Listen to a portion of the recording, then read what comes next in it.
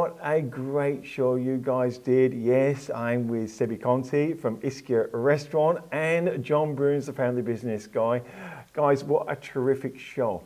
I was listening to some of the conversations you were having of how you build a family business and the challenges and everything going on. There's a couple of things that struck my attention.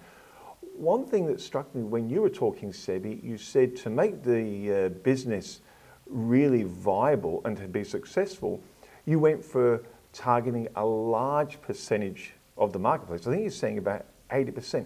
How does someone come up with that? How do you work that out in a business, and how important do you think that is for other business owners starting their own businesses off? Well, for me, it was like to understand the suburbs and the local.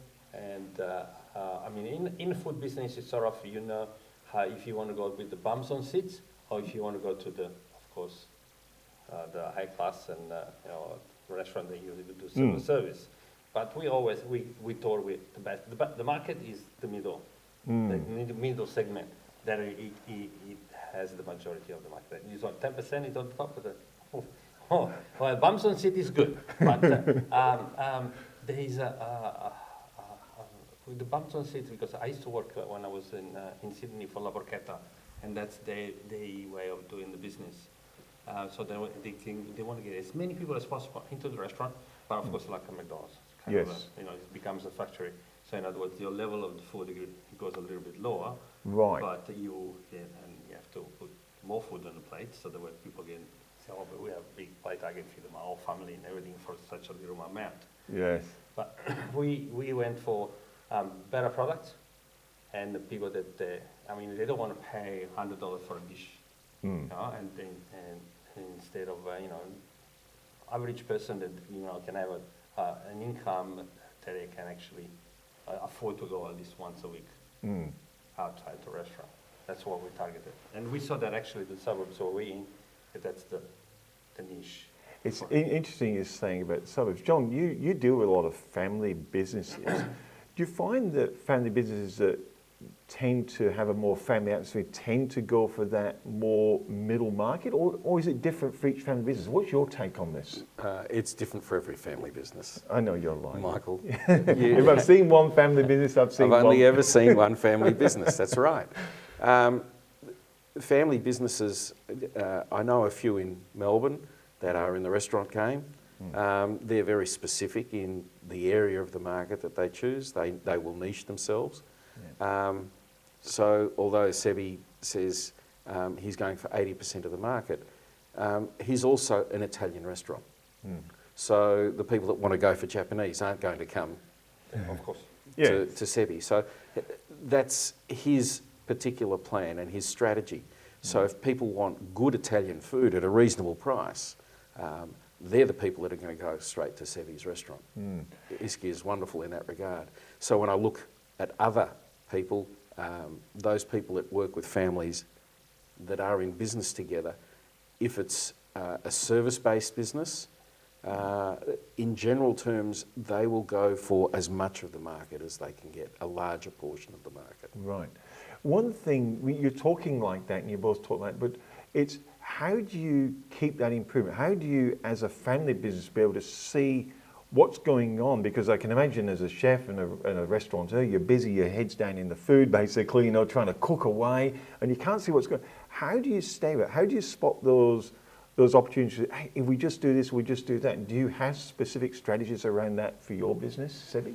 Well, you have meetings and we talk about it. We talk about dishes and stuff. You know, it's with the senior staff, of course, and we discuss. You know, say this dish is feasible.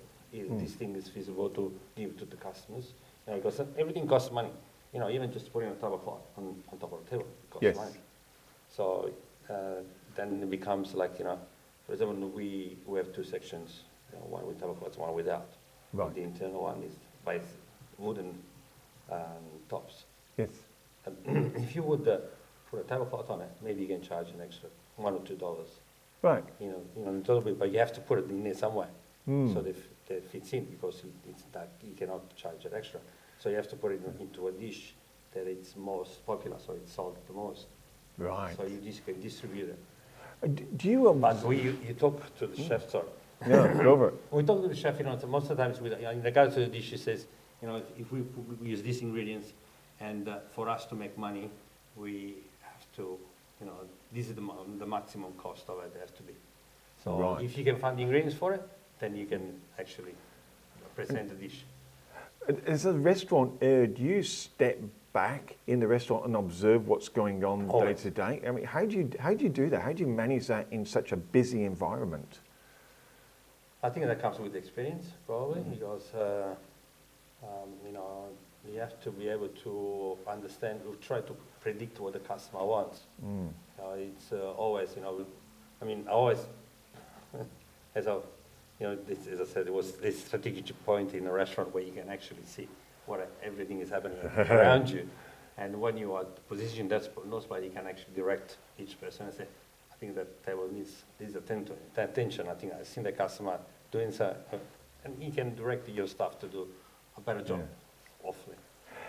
Sebi's got an interesting tactic there, John, of having strategic points in that restaurant where he can observe what's going on. Do you find when you work with family businesses, that's what you're trying to do as an advisor, is be able to show them strategic points where they can observe their businesses from, so they get that more helicopter view? How do you bring that into a company? Okay, so we're talking process. Right. Okay. Documenting stuff is only part of it. That's your procedures. That's how we're going to do it. And if it's a manufacturing company, you might want to look at the logistics, how the business flows. So you might get a machinery expert or a processing expert in to have a look and watch the process of what's happening. But there are so many different processes for so many different businesses. If it's an engineering company that's going to chop up metal and create something out of metal, it's a different process, and you'll need somebody that understands what can and can't be done with the metal. If I'm looking at a wine industry, you'll look at the grapes being grown and how they're going to be done, and how they're moved into the winery, how they're pressed, and how the grape juice is then stored and transferred. How the people in the office will work will be different to how the people outside will work. So there's so many different places that it can be. In a restaurant, you've got not just the shop floor, you've got the chefs in the kitchen. In Sebi's case, he's got a built-in oven that is not what you would call a current day piece of apparatus. This is going back, in the old days of cooking with a proper wood-fired pizza. And just to make that oven work properly, you need a skill. You need a skill, yeah. So there are so many different facets within every business that to have everything running 100% perfectly every time is always going to be a challenge. Yeah. Doesn't matter how big or small the business is.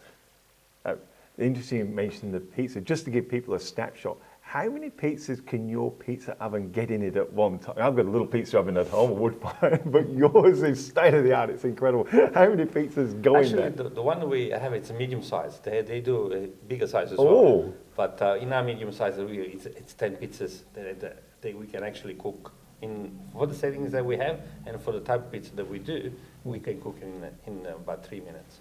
10 pizzas in 3 minutes. Goodness me. As a snapshot, how many pizzas a week do you put through that pizza oven? Not enough at the moment. Spoken like a true businessman. 100%. On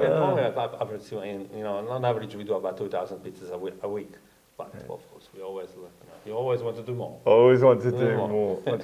Now, it's interesting, you're taking wood-fired pizzas, and I'll address this to both of you, which is very, very traditional. It's a really great, it's a skill set to be able to do that. You just can't light a fire and cook your pizzas. How is technology, though? You're taking traditional cooking, but how is you incorporating technology into businesses? And does it fit into restaurants? And how do you fit it into a restaurant? And does it really benefit you as a restaurateur? On long term, yes, always. Because it makes things better, and it's more it creates consistency. Right. That's what's important. What customer wants, especially in a restaurant business, because customer wants to make sure that it comes in and has the same dish that I have today, tomorrow, and the day after. So technology creates that. Creates They puts out that human mistakes here. Oh, isn't that interesting? Yeah. So you're using traditional methods with modern day technology. Yes. Wow. John, you do a lot of different business. Do you find that the technology brings consistency to business? Do you find that's one of the biggest benefits, or what do you see as technology being incorporated into family businesses these days? There are many parts, many facets of the business. Technology, from a production point of view, if we're looking manufacturing, you find robotics, you find distribution centres, you find storage systems. Yes. Then you can go to communications, the technology, the closeness of things. You can order off the internet. You can, these things are always changing. So the processes can be improved from a speed point of view, but whether or not it's improving a communication point of view or an outcome, it may not be what you're looking for. So you need to be looking at it from a number of different directions. How have you found in family businesses you've dealt with, John, keep up with technology, or know which one is going to be the right one? Because you can just put stuff in for the sake of doing it sometimes, just because someone says it's a new shiny object. But how do you help people determine what is the right one that will have a meaningful impact inside their business? In most cases, I look at where they're actually at. You have to find a datum point to work from. Right. Once we have that starting point, then I can say, okay, where do we need to make some changes if there are changes that need to be made? There might be situations where financially they're running finances through old computer systems that haven't changed in 10 or 15 years. I've come across that a few times. Communication between staff on the road. People are now sometimes using iPads and the tablets. But technology, high-tech machinery, I mentioned cutting of steel, for example. There's high-tech lathes that you can buy now. Just drop the piece of metal in and it'll spit something out, or it'll spit 50 things out that are identical. Yes. When you look at the technology stuff, there's always some new thing coming. You really have to go back, do a few numbers and say, what is the outcome I'm trying to achieve? Is there value in what I'm trying to do in buying this machine or this piece of technology? So you have to do your planning. Sebi is very strong on planning. Yes. So in his game, he's always thinking about how is this going to have an effect on the overall business and this part of the business. So he's checking out the costings in the kitchen, he's checking out the staff and how effective and efficient they are. So there's a lot of things that he's measuring, and I would suggest he's measuring them by looking at the numbers. Yeah. Sebi, you've come from a chef, you come from a chef's background, you've grown up in kitchens. How have you seen technology change it? And how does someone like yourself, how have you managed to keep abreast of it? What would you give us a couple of pointers to a business person now that you've learned along the way? You've gone, these are a couple of key things that really do help you stay ahead of the game. Because I think I always loved technology. I always loved computers. Right. I'm a gamer. Okay. Since I was, since the computer started to come out, I always wanted to know more.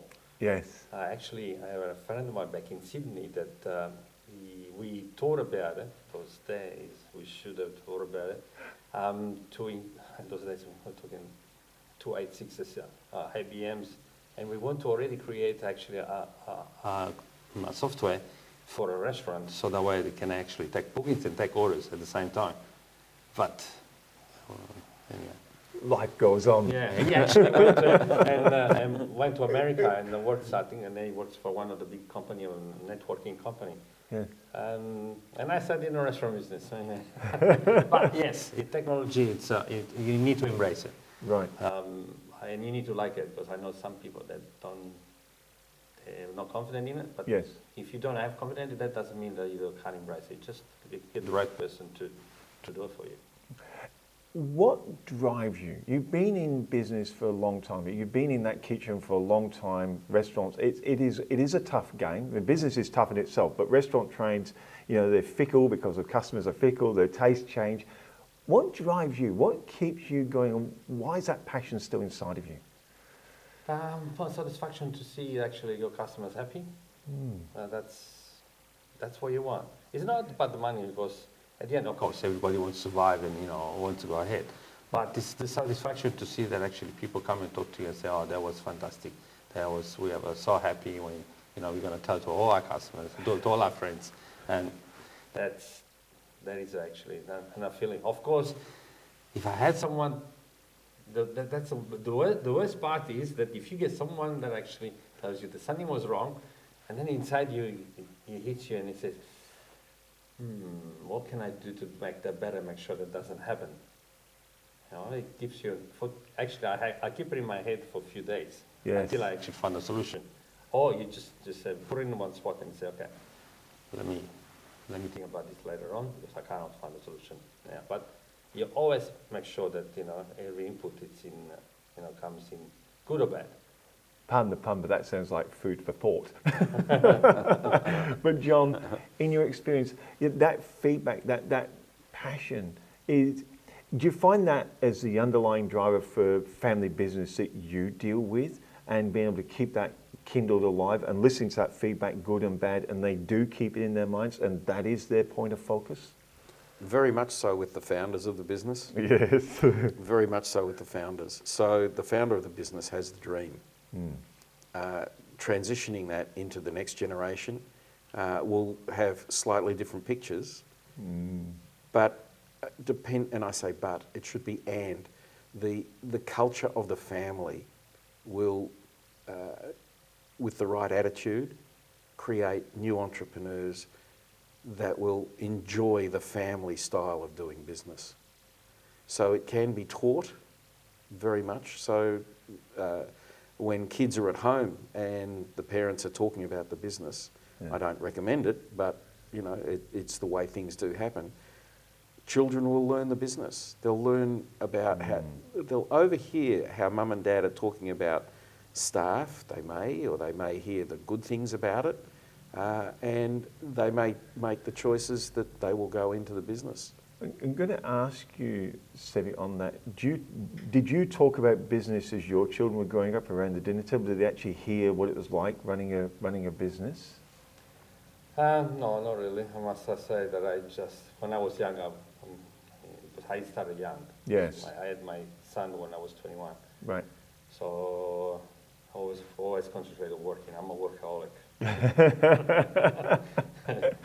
Seems to be the kind of a trait of founders of businesses. Oh, it's a love. They enjoy it. Yeah. It is a way of being happy. Yeah. They find that it's satisfying. But I wish I could have done it, actually. Yeah. I would say that I can see now with my son. Sometimes I wish I'm slowly teaching him, to do the proper way. But I wish maybe I'd say if I would start when he was a bit younger, then it would have been a little bit better. Yes. To tell him that maybe he already know. Yeah, because he would have been indoctrinated. Look, I am very, very conscious, Tom. I do want to see, you brought up one thing about passing on the baton, I suppose, or succession planning, but more on that emotion. You've got that huge passion, that huge drive. Your brother that works with you, very, very passionate drive. How do you translate that to that next generation coming through to the family business goals? Have you thought about that, or do you think it's just instinctive that they grow into it? Well, in a way, but you have to test them. I mean, in a restaurant, like I test my son, I test my staff. I'll make sure that actually they can do it themselves. Yeah. By us, me and my brother, pulling back beyond. Is that difficult? Yes, it is. Because when you see something is wrong, I say, no, let them deal with the situation. They have to learn how to deal with it. Because every situation is different. It's only with experience that you actually evolve and you understand. So sometimes it results in losing the customer, unfortunately. But sometimes customers are understanding and they know. So do you have risk involved? Yes. But it's got to be done. That's the sometimes the only way is to learn the hard way. That's an absolute fantastic point of view. John, you've dealt with lots of family businesses. I know you one family business, they're all different, but succession is a difficult, apart from the mechanics of actual succession and not on the monetary side, but the emotional transition that Sebi's on about there, and allowing the mistakes to happen. How do you, when you mentor business owners and families in business, how do you mentor them through those difficult things and accept that it might cost you a customer, but this has to be done? It's all to do with learning and education. This is what we're talking about. Giving the younger generation the opportunities to make a mistake. Understanding that no mistake is fatal. Yes. In a business sense, in this particular sense.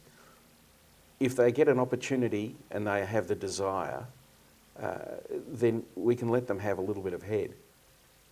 They need to have the right mentors, the right coaches, the right people to talk to. So in some cases, parents don't want to talk to their children. They want them to learn from other people that may be in the business, or they'll send them outside so that they can learn a few other things. Working outside of the family business, where Sebi was working for other restaurants, the mentors that he had were teaching him how to go up the ladder. So he had a number of different opportunities, and he took those opportunities to grow. Yes. He also built up his own network, something that is unique to him. Those friends in the business, those other chefs, the suppliers, those other connections, they're unique to him. Now, if his parents had a restaurant in Sydney and he'd worked somewhere else, he could go in to his parents' restaurant and bring that network in and those other connections that would have an opportunity to improve the restaurant. So the learning and the education part of it, the opportunity to have the right mentors, is quite critical. Fantastic. I really enjoyed talking to you both on that. If we were parting with one piece of advice to a business owner, Sebi, what would you say to someone? Never be afraid of innovation. Never be afraid to try things. And you have to be out there. You know? Don't be afraid to make mistakes, because mistakes happen for you to learn something. Otherwise, it won't be a mistake. Fantastic. And Mr. John Broons, the family business guy, your one piece of parting advice for a business owner, or maybe someone stepping into business for the first time, they've got a family, your one piece of advice. Plan. There we go. Have a plan, test it, try it, talk to people about it, and keep going. Fantastic. Sebi Conti, John Broons, thank you so much for joining us in this after show chat. Thank you very much. Cheers, mate.